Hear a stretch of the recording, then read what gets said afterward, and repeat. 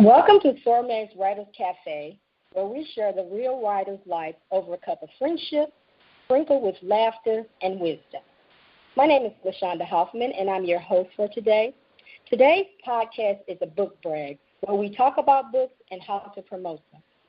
Our guests today are Brian W. Smith, Kaywanda Lamb, and Suzette Harrison. Welcome, people. Welcome. Thank Hello. you. Hi. Hold on a second. Me and my little finger's not working. Oh, there we go. Okay. We're going to just jump right in, and we're going to start with Brian. Please introduce yourself and tell us about your book. Well, my name is Brian W. Smith. I am the author of 18 novels. I have owned a publishing company, Holly Grove Publishing. I am currently signed to Simon & Schuster. I am an adjunct professor. I teach creative writing at two colleges here in the Dallas, Texas area. And I've been at this writing thing now since 2005, was when my first book was released.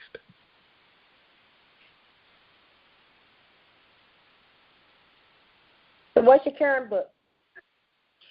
My most recent book is called The Delusion of Inclusion.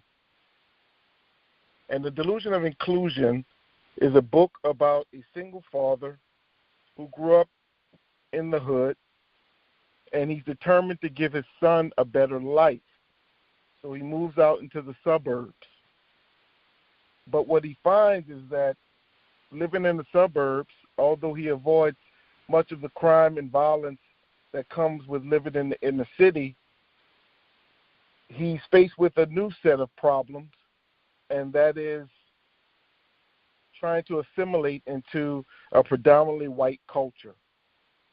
And because he grew up in environments where the police aren't kind to minorities, you're presumed guilty until you prove you're innocent, and things of that nature, he has a lot of emotional baggage when it comes to dealing with white people. But when he moves to the suburbs and he brings his sons out there to the suburbs and he raises his kid is going to schools where the population is 80% white. Most of his friends are white. And as a result, he doesn't share his dad's opinions about race. And it makes for a lot of conflict. He thinks his dad is too paranoid and makes too many things about that goes on in life about race. And his dad feels that he has been around these white folk for so long that his son now has the delusion of inclusion. And that's where the title from the book comes from. In a nutshell, his son starts dating a white woman, a white girl, when he goes off to college. And in between college breaks, he goes to pick up his son from school, and they are stopped by a cop, and they're harassed by a cop. The cop humiliates him in front of his kid. As the story goes on, you find out that the cop that humiliated him is the father of the white girl his son is dating. And the story takes off from there.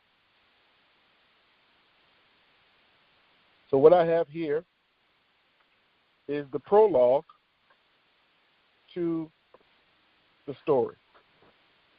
Brian, can you speak up just a little bit louder? You're kind of low. Were you able to hear what I said about the synopsis? Yes, I did, but you sound a lot better now. Okay, I'm sorry. That's okay. Thank you. You guys didn't need to repeat anything? Okay. You probably have to turn it up a little bit, but go ahead. I don't want you to repeat yourself. Go ahead. Okay.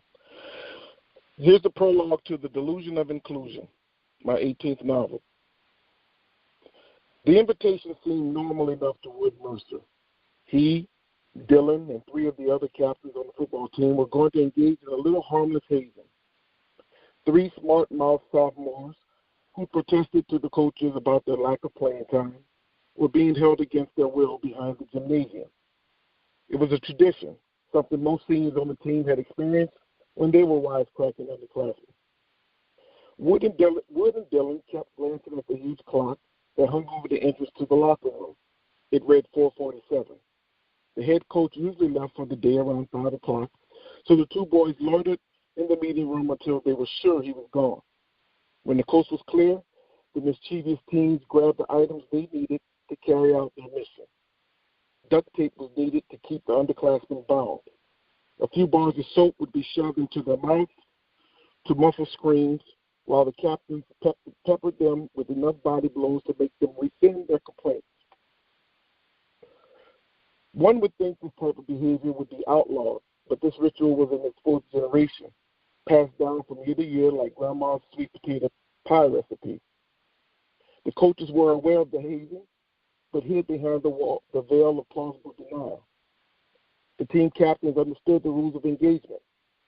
Stop at the first sign of serious injury and never speak of the matter once they were done. Even the victims of this sadistic brand of peer policing knew that if they ever planned to get any playing time, this rite of passage needed to remain a secret. Dylan led the way as they scurried past a few double-wide trailers that served as classrooms and cut across the grassy quad that separated the gymnasium from the school. Wood followed close enough that he nearly plowed into Dylan's back when he slowed as they approached the gymnasium entrance. Dylan used his hands to shield his face while he peered through the glass-paned front door. "Nobody's in the gym," he said. "I don't see Old Man Joe." Old Man Joe, the school's head maintenance engineer, would sometimes be inside the gymnasium late in the evening, sweeping or buffing the basketball court, tasks that were impossible to do during normal school hours. Wood stood to the side and waited for a report. "Are you sure he ain't in there?" "Yeah," Dylan said and shook the door bar. "It's locked. Come on, let's go."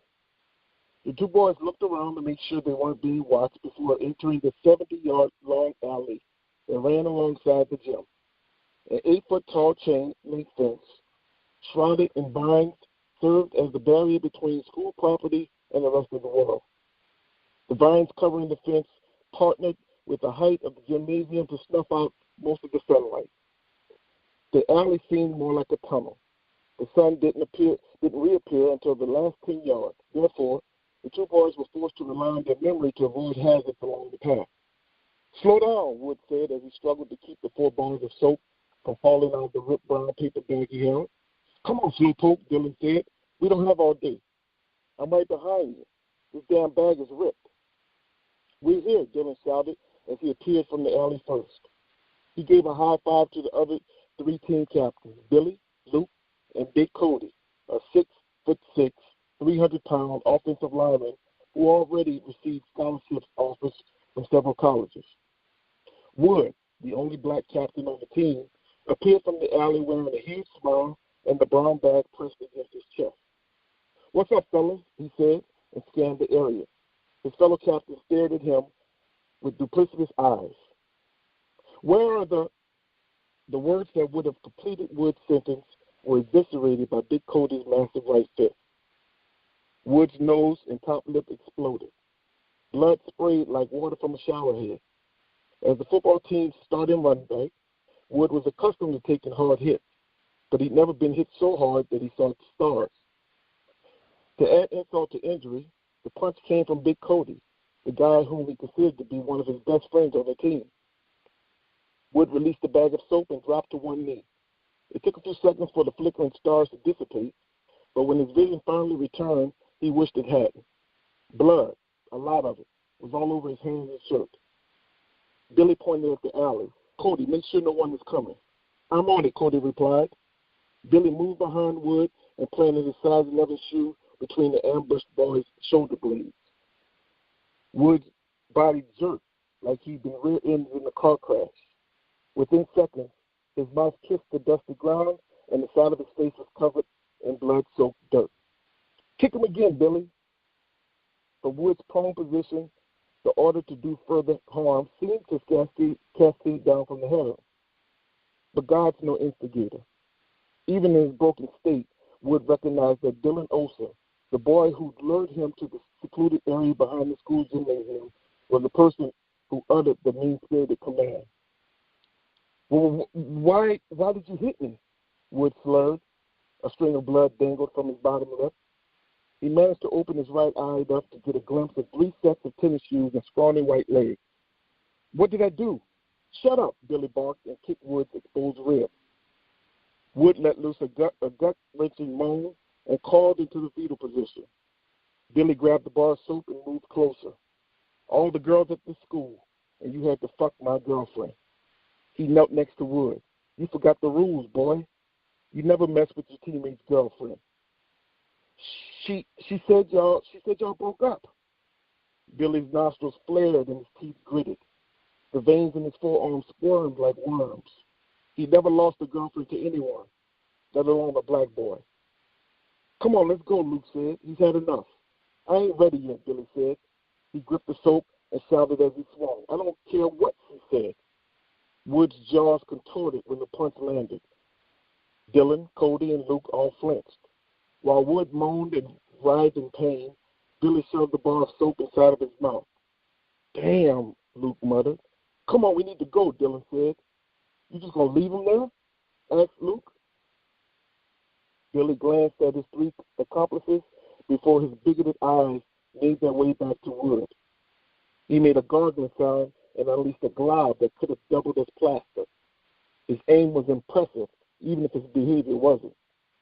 When the gook landed on Wood's forehead, Billy smiled and said, leave his black ass there. If he's lucky, old man Joe will wander back here and find him before the rats do.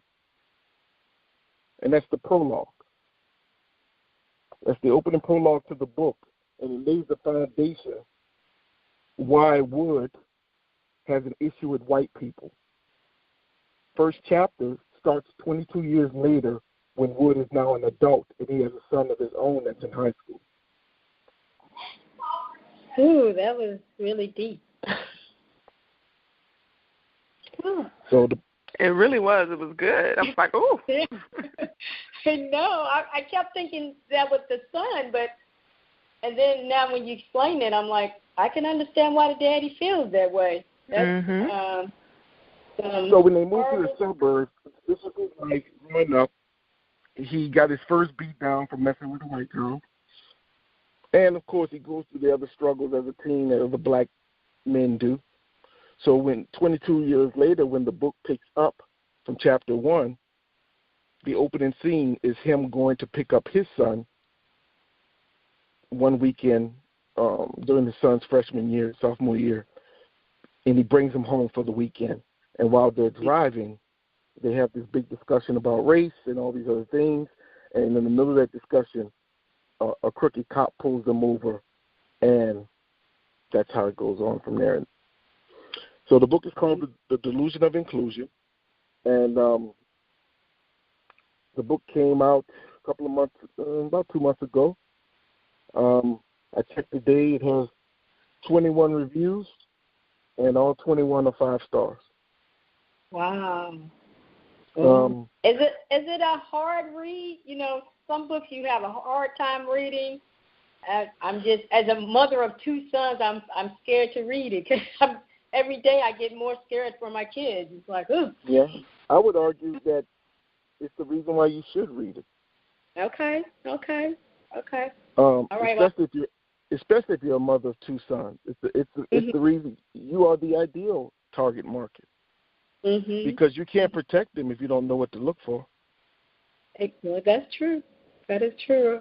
And you can't coach them on how to protect themselves if you don't know what to look for.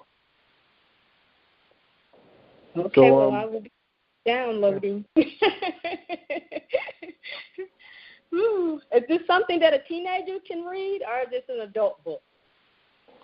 Well, I mean, that's cursing in it. I mean, my target audience ranges from 18 to 70. I mean, but the truth of the matter is there isn't anything in this book that they can't find on YouTube right. or on the internet. I mean, A few curse words. I just got a son that graduated high school last week.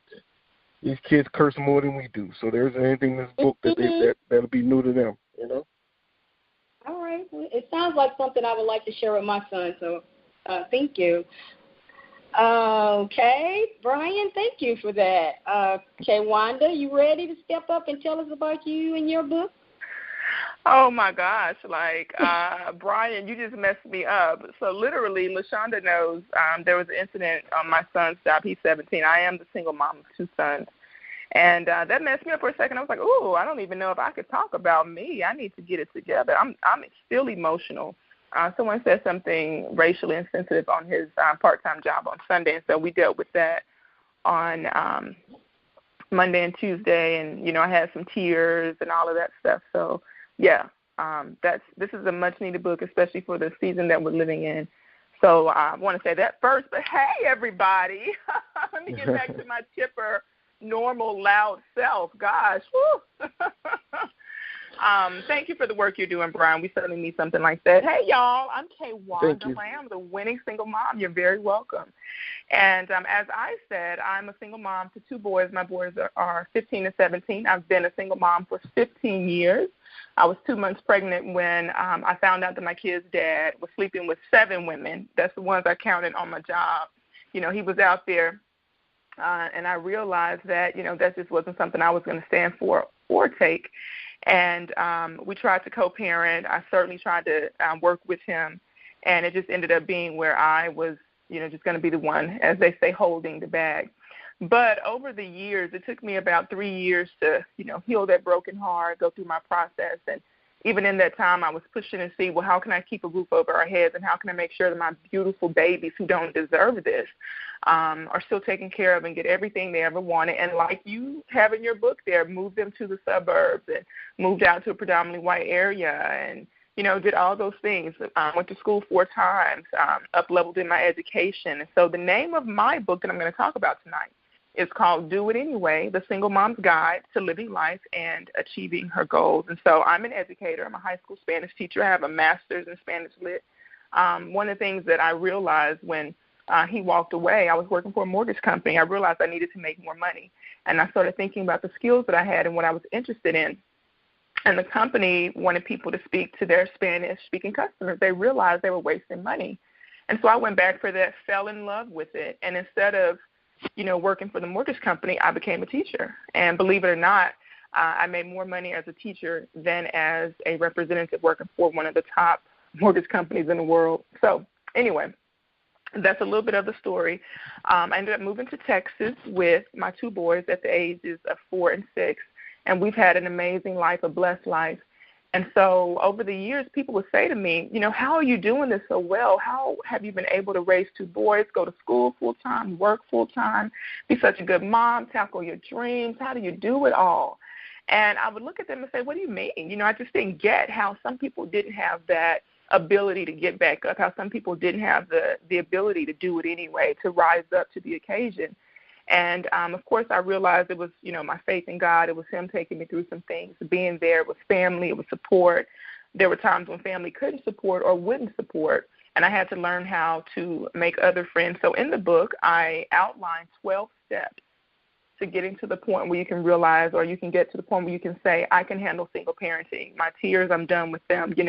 I'm not going to sit and, worry and wallow about woe is me and who left. I'm going to take what I have, and I'm going to go make the best of my life. And so I named it The Single Mom's Guide to Living Life and Achieving Her Goals because I wanted women to see that it doesn't stop when somebody walks away. I know some of us are single parents because, somebody passed away or, they're amicable and they co-parent. But then there's that majority of us who we just have to deal with this thing by ourselves. So I go through and I take them through the 12 steps. The first one, which is what I'm going to read to you today, just a little bit of, the first one is called Heal. And I realized that when I left Louisiana, all that time that I was still there when they were 4 and 6, I would be reminded by other people, by friends, that they saw him, that he was here, that he was there. And I would be reminded that he wasn't seeing his kids. I would ask him to give me a break. I would ask him to let me have a weekend, let me have one day. I don't know if you guys know what it's like to have your brain on and to feel like you're doing something for 24 hours and you never get a break. You know, they were young, they were small, and it was me doing everything day in, day out, all night long. So I totally know the pain of what some women are enduring. And if you get the lack of sleep and you're up again, you're running to daycare, you work all day, you get them home from daycare, you got to cook, all this stuff that we go through. And we say to ourselves, if we just had a husband, if we just had Mr. Right, if we just had Boaz, not knowing that at that time, not knowing that I could live an amazing life and I didn't have to have somebody. Now, of course, I do believe in dating and I do believe in Mr. Right. But I've learned some things over the years, and I just teach ladies that. So I'm going to read a little bit from chapter 1, one of the first steps to getting over what you're going through and being able to rock life as a single mom. And the first chapter is called Heal. After you heal, the next step is to find your purpose. After that, it is to find your tribe, and then so on it goes. I don't have 21 5-star reviews, but I have 7, so I'm working on it. It's hard to get these single moms to pause and go do a review. So afterwards, Brian, you have to tell me how you do that. All right, so I'm going to start in the middle of chapter 1, and it's telling a story about how I ended up moving to Texas. And I'm going to start on page 17. And so it's titled Unbeatable Pain and Open Doors. Let me give some backstory. The first years of my boys' lives, I tried to make things work with a man I hadn't planned on doing anything with but holding a conversation. Really, that's all I had intentions to do. But I ended up losing my virginity and having not 1 but 2 kids with a man I barely knew, and trying to keep together a badly built relationship where I had fallen for the dude. I lost a whole lot of me in the process. If you can relate, please know you can heal. You can move on, and you can love again. In those years, I took what I shouldn't have, listened to everyone's advice except my own, and really tried to have the American dream made from an American mess. There was no fixing this. There was too much for me to forgive and accept. Have you been there? Can you relate? After it was over, their dad and I went on to have years of ugly exchanges via phone and email. He eventually stopped helping, and I became a full-fledged single mama. When my oldest was 6, a wonderful thing happened. I changed careers, and an opportunity came up for me to move to a different state. Whether you are a person of faith or not, you have to believe that the way this story is about to turn is nothing but the hand of God at work in my life. As I was saying, I was a full-fledged single mom and had changed careers when an opportunity arose. I was in disbelief that my life could change so quickly for the better once I made a move in the right direction. It was exciting. I prayed to see if I needed to go on the interview because I was so scared of being in a different place, but excited nonetheless. I went to the interview and I was offered the job. Yes. I then prayed to see if I should take the job. I had no sleep the entire weekend. I felt God telling me to go. I heard the little nudges you get in your spirit that say, this is for you. It's your time. Go. I had no family in the new city, but I would have cousins an hour away if I took the job. It was clear it was time to heal. At the end of the weekend, I knew God was telling me to move. Now, this isn't to say you need to move, but moving was the best thing I've ever done. Because I heeded the call to move, I had 3 years of peace and absolute bliss in my new city. The ex could no longer promise to come get them anymore and failed to show up. He still did, but not as much. I didn't have to deal with the women he slept around with, pretending to be my friends at work and outside the office, and I had the opportunity to start anew. The 2 of us not being together was the best thing I could have done for me. Raising my boys alone was a blessing in the absence of emotional and mental abuse, infidelity, lying, lack of emotional and financial support, etc. I was able to live again. I was able to make new friends, learn new places, explore and experience new everything. A fresh start will do you good. let me say something here. As women, we put up with a lot from men that we should just walk away from in the beginning before our feelings grow deeper. We call it love when it's abuse, indifference, incompatibility, lust, etc. I thank God often for moving me physically so that he could heal me emotionally of that whole experience with my kid's dad. And as you can see, it was hell on wheels. Women everywhere were saying he was sleeping with them. I had small kids to parent, and I had to work. It was draining trying to sort through it all to find the truth. I felt dumb and betrayed after it all went down. And moving away helped me to focus and to heal. If you are in that space, go through it. Allow yourself to accept your part in it, but reject the feeling to wallow and pout. Your process has an expiration date. After I moved, my life changed. It was my time to heal. Let me show you how I did it. As a side note, I mentioned the infidelity and messiness with women so that you can see why I was elated to move and ready for a change. All of this was happening in a small college city. My heart ached. I didn't understand why this was happening to me. I was hurting, and I knew I had to heal. I had to make a clean break. You must as well. And I'll stop there. Thank you. That was wonderful. That was very good. That's nice. Nice. Very good. Very, very nice. Thank you. Thank you. You know what? I will tell you, I had a mom, this book was actually published 2 years ago.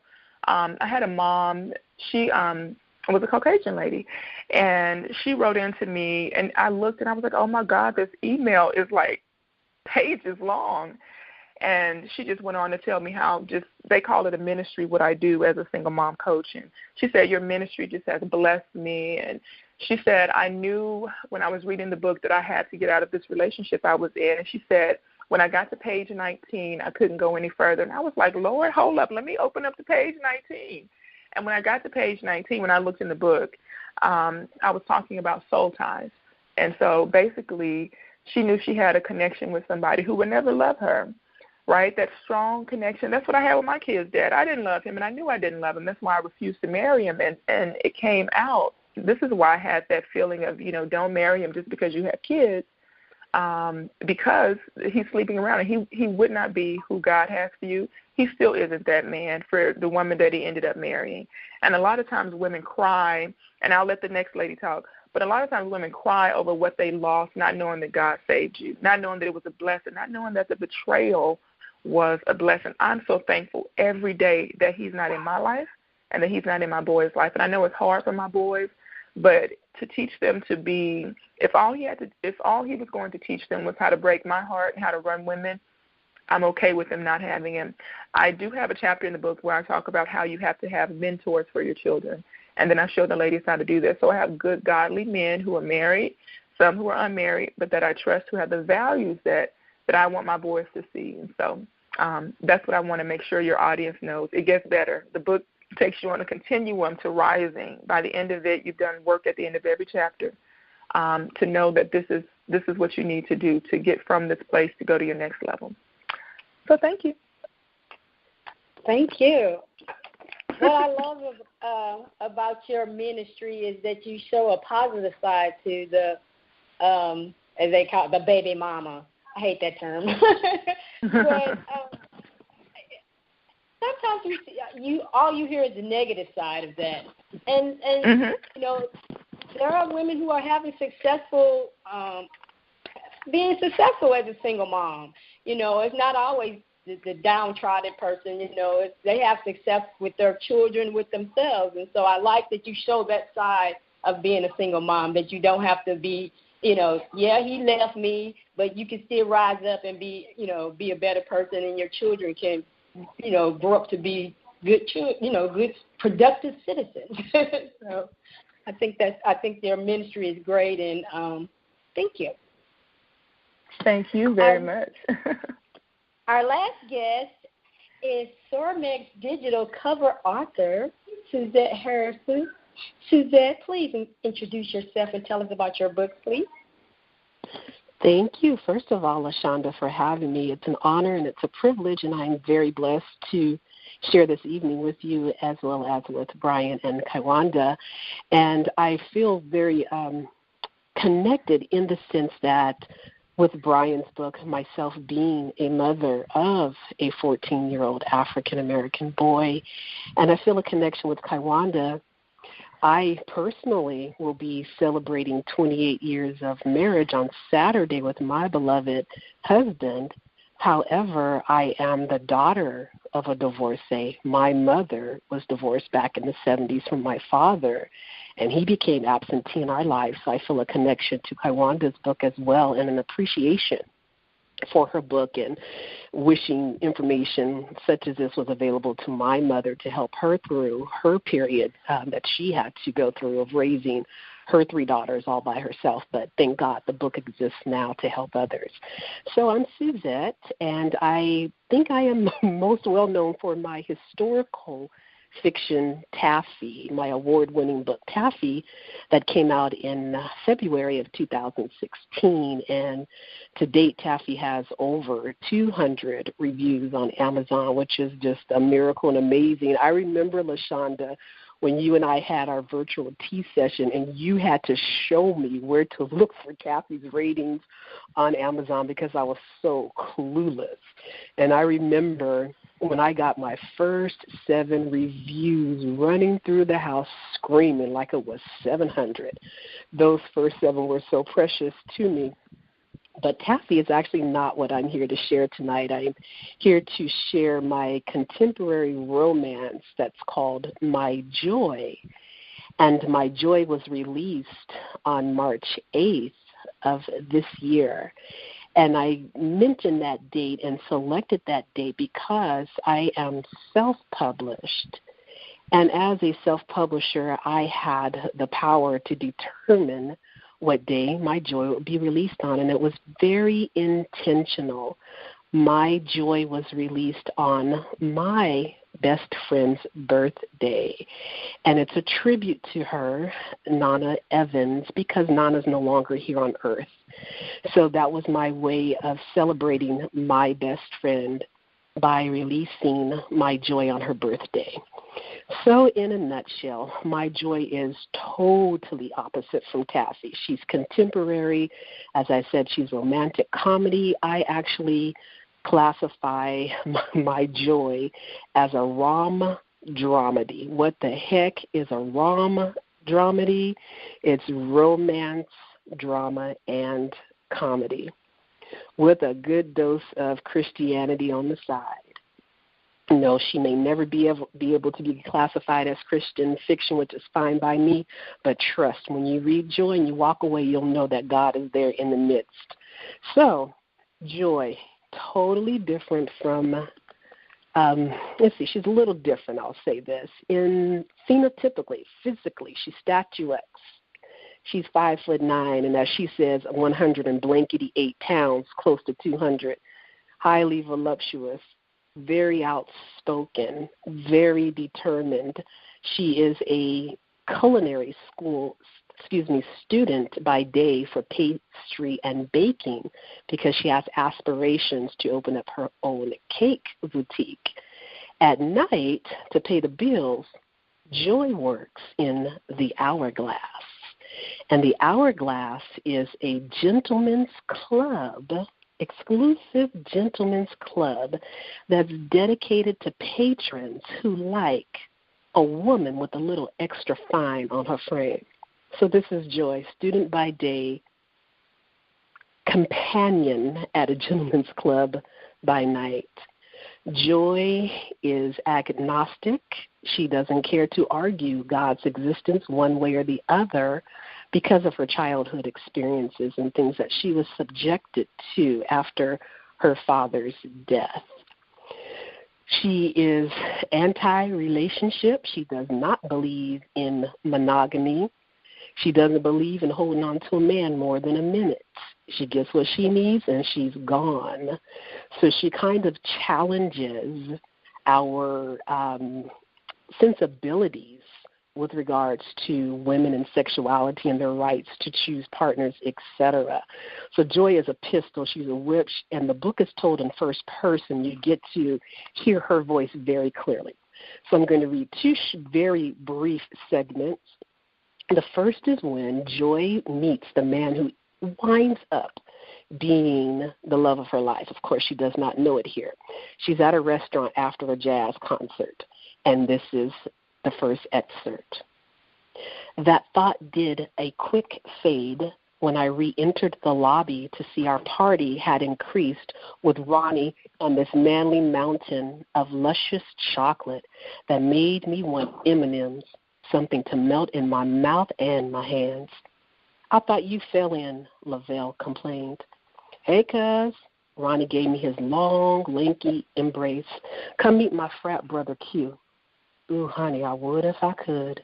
The moment that man turned those candy bar-colored eyes on me, I was stuck on stupid. Unfolding his fine self from that pleather lobby seat, he was casually dressed and looking like something from a calendar of black kings. I'm Q. He had a rich, velvety baritone that reached down deep, massaging me. And you are? This is her head thought. A woman with an egg in her ovary waiting on you, honey. I'm Joy. Accepting the hand he extended, I felt that zip-zap, like when we were kids and intentionally rubbed our feet on the carpet, then touched one another, hollering, zing. Yeah, that. Static electricity. Wasn't nothing static about it. That warmth seized my hand and was busy creeping. I'm Lavelle's cousin. Beauty runs in the family. So does diabetes, but I don't want any. Vel enjoyed her own foolery. Q nearly smiled, exposing a single dimple deep in his cheek. I wanted to lick it. I knew it tasted like Ghirardelli chocolate. Thankfully, that little buzzer thing restaurants hand out decided to vibrate and kept me from jumping ridiculous. Table's ready, Yasmin announced, like couldn't nobody but her hear or see that buzzer flashing atop her lot. Joy, you coming? I wanted to punch Yaz in her throat for calling attention to the fact that I was right where I was moments ago, holding the manly man's hand. I released a grip that wasn't too eager to release me. Ignoring Yasmin's grin with all 32 teeth, I popped Candace on the arm. Girl, wake up. The nut actually snorted. I'm resting my eyes. I'm not asleep. Tell that to the drool dripping down your lip. I was shocked by the instant warmth washing down my spine when Chocolate Mountain laughed. I pulled Candace to her feet, needing something, anything to distract me. I was too old to be feeling flutters like a sweet 16. So that's the intro where we see Joy meeting Quentin. And just for the sake of time, I'll be extremely brief in the next excerpt. This is fast-forwarding somewhat in their budding relationship, and they're having a discussion. And this is Quentin. Excuse me, this is Joy. So are you asking what I ate for breakfast or why I almost bit your head off earlier? Elevating on his elbows, Q looked at me like he saw something silly. You're serious. You don't know how to tell a man what your living's like without getting twisted? Why I gotta be twisted? Baby, you're acting brand new, sitting there looking all unnatural, twirling your hair, leg bobbing like you need to go to the bathroom. Baby, I stopped my bathroom leg from bobbing and stared at Q. He found that funny. Dang, Jay, what have your relationships been like? What kind of brother would be with you and not want to ask about things that affect you? I went from baby to a single alphabetical marking. Okay, enough deflection. I don't do relationships, Q. Because? Why bother? Q watched me for a while before asking, just so my understanding is clear. Are you saying you don't do relationships anymore or never have? Never have, never will. Not after seeing the folly and fallout from my parents' tag team cheating. Daddy played on Mama once, twice, 10 times. Mama got back at him by freaking his friend. Daddy one-upped Mama with her cousin Gwen. I know this because my parents put me in the middle of their messy marriage, literally, confiding things no child should know or hear. So, yeah, I can do bad without love devastating my existence.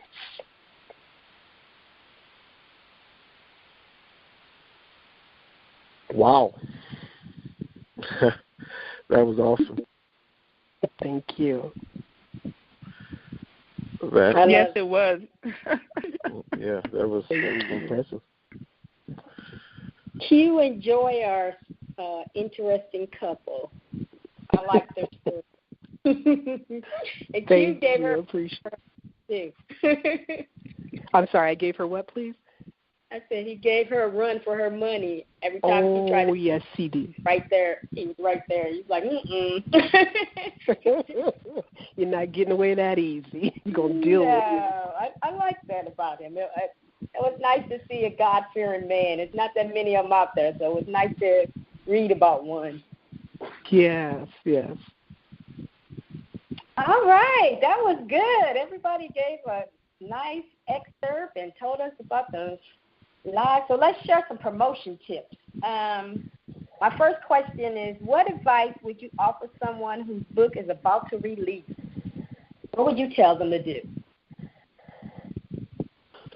Get ahead of the book. And what I mean by get ahead of the book, don't run up to the clock with your busy set a schedule for yourself. Give yourself some time to read, to reread, to make sure that your business side is in order. The book is the creative side. Now you have to take care of the business side, the promotion and the marketing, and just making sure all your P's and Q's, everything's in order and everything's in place.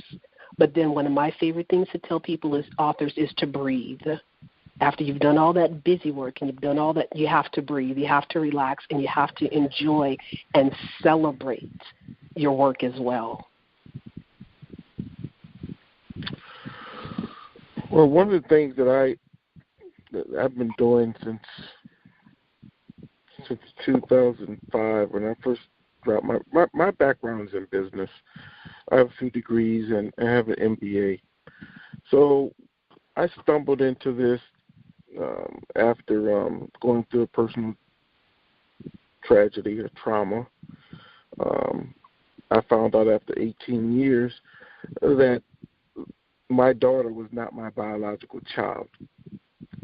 So you can get mad and you can choke someone, which is what you want to do when you find out those DNA results. Or you can pour that pain into a book, which is what I did. And the book turned out very well. But I was totally green to this industry. But because I had that freshly minted MBA in hand, I felt like there wasn't anything I could do, so I opened my own publishing company and published it myself.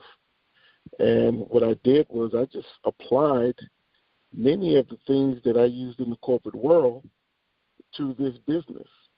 You see, there are certain principles that transcend industries. So it's important that all new writers, in my opinion, understand one of the most basic principles out there in business, and that's the 4 P's of marketing: price, place, product, promotion. Those 4 P's transcend industry. So if you tackle those 4 P's, then you will do better than most, because most people simply wing it. But I describe the 4 P's like the 4 legs on a chair. If you remove any leg of a chair, the chair will fall. In business, if any of those 4 P's are weak, that business will probably fold. So if you're ever riding down the street and you see a boarded up building or a business, small mom and pop, or even a big store for that matter, that has closed, you can best believe one of those 4 P's faulted. So I tell authors, you need to make sure that your pricing is on point, that you don't price yourself out of the market. You need to look for books in your genre written by authors that are in your wheelhouse, meaning their experience level, and try to make sure that your product is competitively priced. It makes no sense if your last name is King and you're writing fiction, suspense, which means that your book is going to be on the shelf probably next to this guy named Stephen King, but you're a brand new author and your book is $3-4 priced higher than his. You probably won't do well because he has the brand recognition, and if a reader has $20 to his or her name, the odds are great they're going to go with a proven commodity over you. You need to make sure that your pricing is on point. You need to make sure that you have a website that takes care of the place, a website with e-commerce capability, one where people can click on your website and purchase right there from your website, directly from you.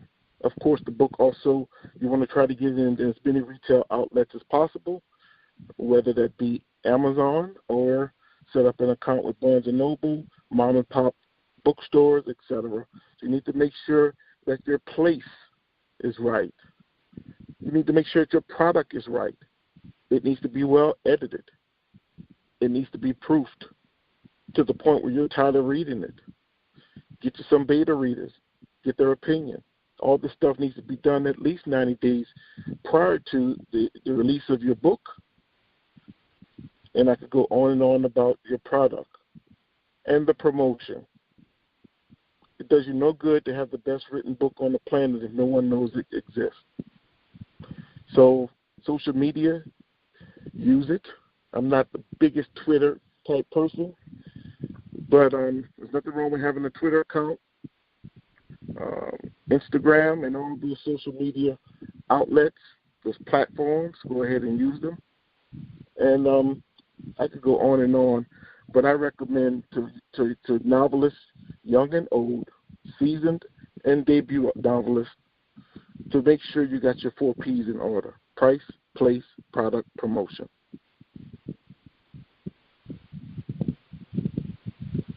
He preached. Right. I'm over here like, oh, I'm hardly doing any of that. Okay, let me get it together. Kaywanda, I'm writing notes. Don't feel bad, honey.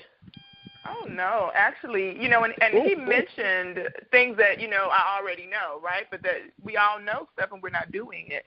And I will tell you that my second book I wrote is a devotional. I wrote it in a weekend. And I decided, well, I always use the same editor. She's fabulous. She did my first book, and so she did this one. So I can sit down and I can write a book. This first one, I finished it in 2 weeks when I got tired of, working on it for a year and a half, being interrupted by people in life. And so I just sat down and I dedicated, doing 3,000 words a day. I'm going to get it done. And I had already mulled over, what I wanted to do. Now, my books are nonfiction, right? So one's a devotional, centered around the single-parent life. The other one is a go-to guide, right? So I knew what I wanted to write once I finally decided. And like you said, you had to decide on who's the person, right? The pricing, now, my issue, and I'll go ahead and be honest with you, is it took so much in me to to make my book prices cheaper. And I know that made me not get as many sales because you have fabulous books that are $2.99, $1.99, $3.99, $4.99. And I was like, but this book is life-changing. This book it just changes lives. And everybody who reads it tells me so. But he just spoke something to me that said, what good does it do if 100 people are reading it when 100,000 could get it if you priced it better? And so I was over here like, well, doggone, you didn't have to do me like that with your 4 P's. But I will tell you, I didn't utilize the strategy of making sure stuff was, the 90 days. But with my third book, I'm going to do that because I know better, and I know that, giving yourself time to promote gets people hungry. It gets you the reviews. It gets you all the things that I know to do. So I'm working with the lady helping her, and I'm utilizing the stuff I know that I didn't do for my books. So thank you for the reminder. No doubt. I mean, that's what we're here for, It's important to share. When I started this, there was no Google when I wrote my first book. There was no Facebook. Facebook hadn't even come about. So one of the first things I did, like I said, I had this business mentality. I wasn't an author or a writer who needed to learn the business side of the house. I was a businessman who needed to learn how to write. I just had a story that I wanted to tell, and I was just always cocky enough to believe that give me enough time, I'll figure it out. But what the benefits and one of the things that I think I benefited from was that I didn't come into this industry letting my passion for writing dictate my moves. I came into this business with the attitude, if it don't make dollars, it don't make sense. So every move I made was strategic, and it was all about the bigger picture. One of the first things I did as I sat down and sized up this literary industry, I remember thinking to myself, okay, I'm going to apply this. I'm going to tackle this the way I would any business plan. I know who my target market is. Where do I find those people? I am not going to try to sell one book per person. That's going to take forever. So once I found out what my demographic market was, I began to research where were the biggest clusters of those people. And it became evident to me, for my demographic market, 90% of my fan base are women between the ages of 25 and 65. Where can I find those people? Book clubs and sororities. So what I did was, this was before Facebook, I spent an entire weekend and gathered up probably somewhere in the ballpark of 50 book clubs I could find on the internet. I got the names of the president of those book clubs. I happened to be on a business trip in San Francisco, which is where the Ghirardelli chocolate headquarters and factory is. I went in there and bought a bunch of small packages of candy, packaged those things up along with 3-chapter excerpts of my first book, and sent it to the book club presidents of all 50 book clubs that I found. And to this day, 12 years later, at least 5 of those book clubs still buy my books and pre-orders in advance. So it's about building a brand. It's about connecting with people. And at this point, I probably sell in pre-orders 250 to 300 books before the book drops. And a lot of that are people who have been following my career over the last decade. And that's about brand building. That's about relationship building. So I would say to you that find out who your target market is and apply Pareto's principle. And we kind of know Pareto's principle to be, we call it the 80-20 rule. But it was created by a scholar, a mathematician, back in the day named Pareto. And the 80-20 rule dictates that you spend 80% of your time spoiling the 20% of the people who are going to support you. And it's a little counterintuitive because what people try to do is placate everyone. The truth of the matter is 20% of the people are going to buy 80% of your books. You identify who those 20% of the people are, and that's who you spoil. And they will spread the word for you.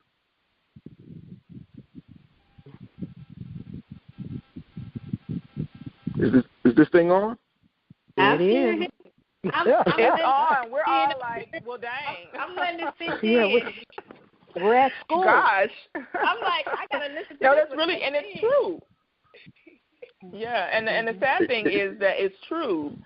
20% of those 80% you spend your time on are the ones who buy. Absolutely. Wow, that's good. If you identify 100 people in your circle, it could be family, friends, co-workers, just mentally round up 100 people. Pareto's principle, it's consistent. The odds are great. You know your circle better than I do. I know my circle better than you do. But the bottom line is we can identify 100 friends, family, co-workers, or even people you meet on Facebook and other social media outlets. Just round up 100 people. Only 20 of the people are consistent buyers. The other 80 give you pats on the back, attaboys, wish you well, but only 20 of those 100 people are consistently buying. You give your price breaks, you give your discounts, you spoil, you send coupons, you send gift cards to those 20. I'm not saying you should ignore the other 80. I'm simply saying you put your money and effort into 20 who support, because those are the people who are going to spread the word about your brand. That is so true. That's how come I've been in this for 17 years, because I have a lower core base And when I think about, I need to move on, do something else, they always bring me back to what they want, and they support me. You know, people say, well, I make the money from my list, not from the books. I'm working on that, but I know my SORMAG authors that have been there since day one. I treat them like gold, because I know if it wasn't for them, I wouldn't have SORMAG. So I do believe that is so true. Oh, my goodness. This has been a fantastic podcast. If you're listening to this, you need to hit rewind and take some more notes, because, I mean,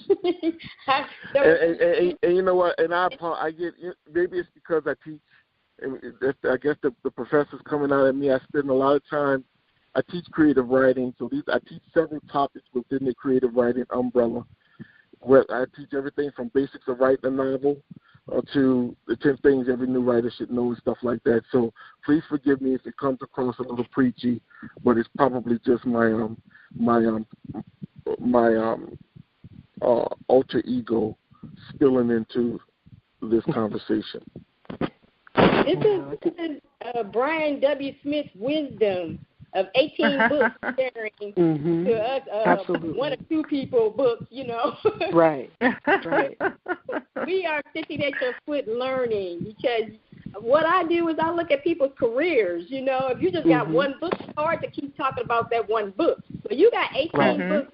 You have built a readership. You have built, you know, those loyal fans who say, like you said, you can get a I have witnessed your fan base, how they will go crazy, and the book ain't even out yet. Have you pre-ordered the book?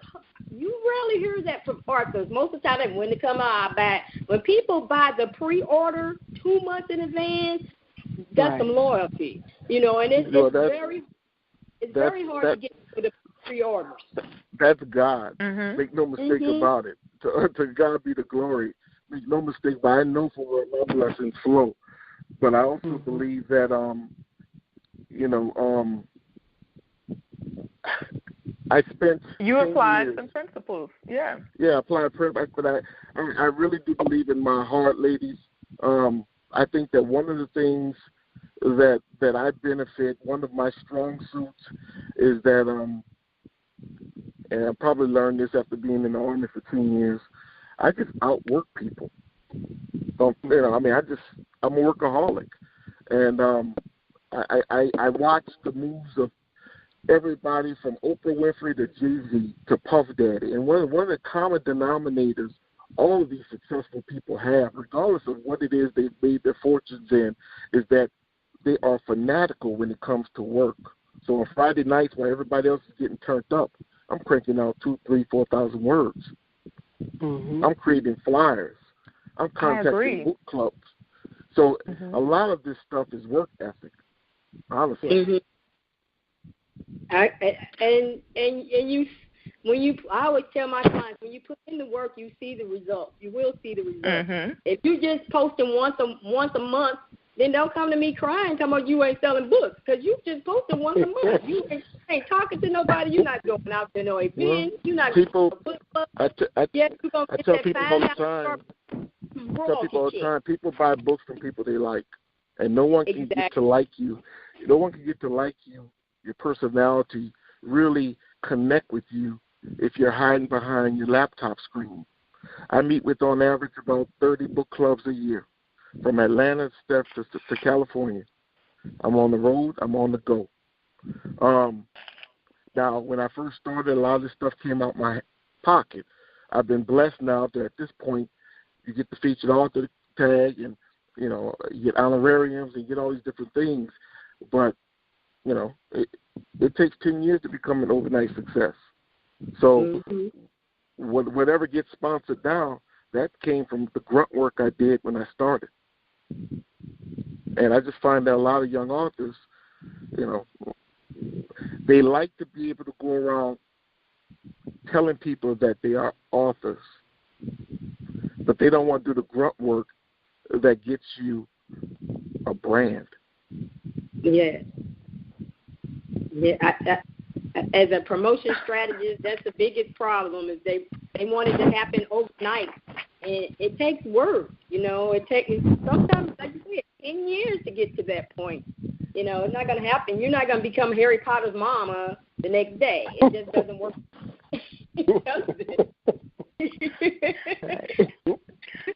I just want to say that he has made me like totally slain in the spirit today. I don't even know if I could take anymore. Listen, I almost fell out just then.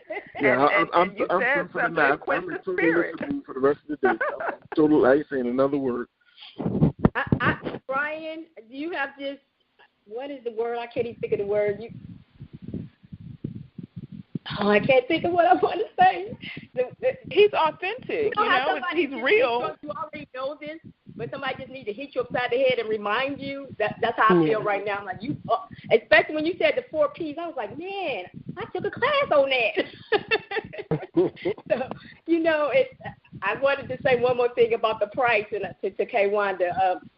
When my book came out, I was told the price in one way, and I kept fighting that because I had looked at the prices, and the person I was working with was like, no, they need this book, and they're going to pay this price. And so the first week my book came out, nobody bought anything. And it was a very humbling experience because I'm LaShonda. I'm SORMAG. People supposed to buy my book. That's how I was thinking in my head. But it was like, no, that's not going to happen. God said, that's not how it works. And it was good because I was thinking everybody I knew was going to buy the book, and that's not how it works. It's not. Right. And I tell my clients that all the time. Your friends aren't your clients. You have to go find who your clients are. So the next week I sat down with LaShonda. They had a virtual tea. I talked to one of my mentors, and she told me, she said, let me tell you the truth about this. She said, your book is too high. Nobody's going to buy that. And I was like, why? I said, I told the person I was working with. She's like, you listen to your gut, though, because sometimes people don't know. And she told me, take it down a little bit, take it down to what everybody else is doing, and it'll sell. I took it down. The next week I made the best-selling list. So you have to go where the market is. You can't say, oh, they don't pay $12. They're not going to pay $12. We want them to, but you're going to sell one book, maybe. And so you have to, you got to get out of your ego, because your ego will get big. Because my husband was like, you thought you was going to really make New York bestseller. I was like, yes, I did. and the way you, and honestly, and I know since Brian's been in the game for so long, we've all found out, spoiler alert, that you can make a New York Times bestseller list and you don't have to have sold 100,000. I mean, to be bestseller on Amazon. I mean, are we telling people that? I've been number 4, number 3, something. I don't know if I've been number 1 because, you have to watch it and Amazon doesn't tell you. And LaShonda, I think you sent me a screenshot. Somebody sent me a screenshot. I was like, oh, I'm not even paying attention. I just released the book. I'm not paying attention to the ranking. And we're finding that you don't have to sell hundreds of thousands. You just have to sell a certain amount on a certain day and to get that ranking. And we covered that and we want it. And if we don't get it, we're like, well, my book isn't good. But the thing that tells me that my book is good is when these women write in, when they call me crying. And that lets me know that I've done it. Now, would I like to be getting amazing royalty checks every month? Yes. So I'm going to sit down and do what Brian just said he does on a Friday night. That royalty check stuff, look, that's a myth. I mean, I've been signed to Simon & Schuster since 2012. What most authors don't know, people don't realize, you got a lot of people out here starting. The truth of the matter is that you get an advance. It is an advance. It is not a bonus. It's an advance, which means that it technically has to be paid back. And until that money is paid back, until the publisher recoups that money, you don't receive a royalty check. There are a lot of authors. There are a lot of authors signed to these major publishing houses like Simon & Schuster, Kensington, all these different places, and after they get their advance, they never see another check. That's the truth of the business. Because publishers do you think, Brian? Go ahead. Do you think it's because they aren't out doing their promotion? They think that, oh, I have a publisher, so they're going to do it. Why do you think that they aren't making it to constantly get those consistent checks? Well, I mean, I think it's just a hard hustle. As a matter of fact, I'm of the opinion. I didn't even search for my first agent until I was at book 6, because I figured out the game. Well, I think there was a stigma for a long time that was attached to self-publishing. But what people don't realize is that these publishers are cutting back and they're being very choosy. When it comes to dealing with minorities, we already got a very small slice of the pie. So with that being said, they're extremely selective. And what authors don't understand, and what I try to teach them when I'm speaking to them, is that don't poo-poo on your journey. When you are putting out these self-published books and you're expending your own your own resources to get these books out, and you're doing all this on your own, and you're selling units, what you are doing is really building up your literary resume. I equate it to some kid coming out of college with a degree in computer technology. And they come into the workforce and they can't get a job. Conversely, someone who may not have a bachelor's degree but has multiple years of experience may end up being their supervisor, and they can't understand that. Well, when you are out here putting out these books, you're building your literary resume. And what you are doing is sending a subliminal message to the acquisition editors of these major publishing houses that if this person could move this many units on their own, I'm sure there's some more meat on that bone, and we could help them elevate to the next level. You are showing, when you self-publish and you do a good job of it on your own, you are sending messages like you have the work ethic needed. You've smoothed out all the rough edges of your writing, which means they're not going to have to spend as much money editing your work when they give you a deal. And you are working out your kinks, and you're presenting yourself, you're cleaning yourself up so that when you do get before the people who can have your book on Target and Walmart's shelves, you are presenting a better literary resume. Embrace your journey. And when it's time and you get before the people who make these decisions, not only will you look more appealing, but once they give you the book deal, you will know how to go out and hustle and sling the book. Because guess what? If you don't sell enough copies so that they can recoup their advance, depending on the length of your book deal, these days they're usually just giving you a one-book deal with the right of first refusal. But if you don't move enough units, a lot of people aren't even being extended a second book deal. Publishers are, after they print your book, they are spending very little money on the promotion of your book. So those skills you learn as a self-published author, you actually have to apply even when you have a quote-unquote major book deal. Nothing is in vain that you're doing. I think a lot of people miss that. They think that once they get with a big-time publisher, they don't have to do any of the promoting part of it again.